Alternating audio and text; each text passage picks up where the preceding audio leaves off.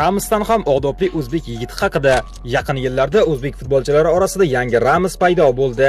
Abduqodir Husanov shu qadar aqlli o'yinlar namoyish etmoqdaki, u ko'rsatgan o'yin Josep Guardiolani ham hayratda qoldirdi. Uning maydondagi yaxshiliklarini ko'rgan Pep shayxlarni 50 million pul sarflashga majbur qildi. Keling Abduqodirning maydondagi yaxshiliklarini faktlar bilan ko'rib chiqamiz. 4-fakt. Abduqodir ayniqsa PSJga qarshi o'yinlarda o'zgacha o'ynamoqda.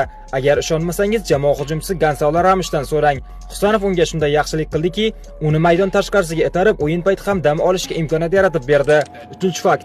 Abduqodir Husanov hakimiga ham ajoyib yaxshilikni ravo ko'rgan edi, lekin negadir hakam bunga tushunmay qizil kartochka berib yubordi. Lekin rostdan nimaga shunchaki yaxshilik qilmoqchi edi xolos. 2-fakt. Abduqodirning Ferminga qilgan yaxshiligi ham alohida mavzu. U maydon chetida to'p bilan harakatlanayotgan Ferminni ko'rib, to'pni undan olib qo'ygan va hadeb to'p o'ynayvermasdan jiddiyroq ishlarni qilishga, bo'lmasa tog'alari va amakilardan gap eshitishiga majbur bo'lishini aytgan.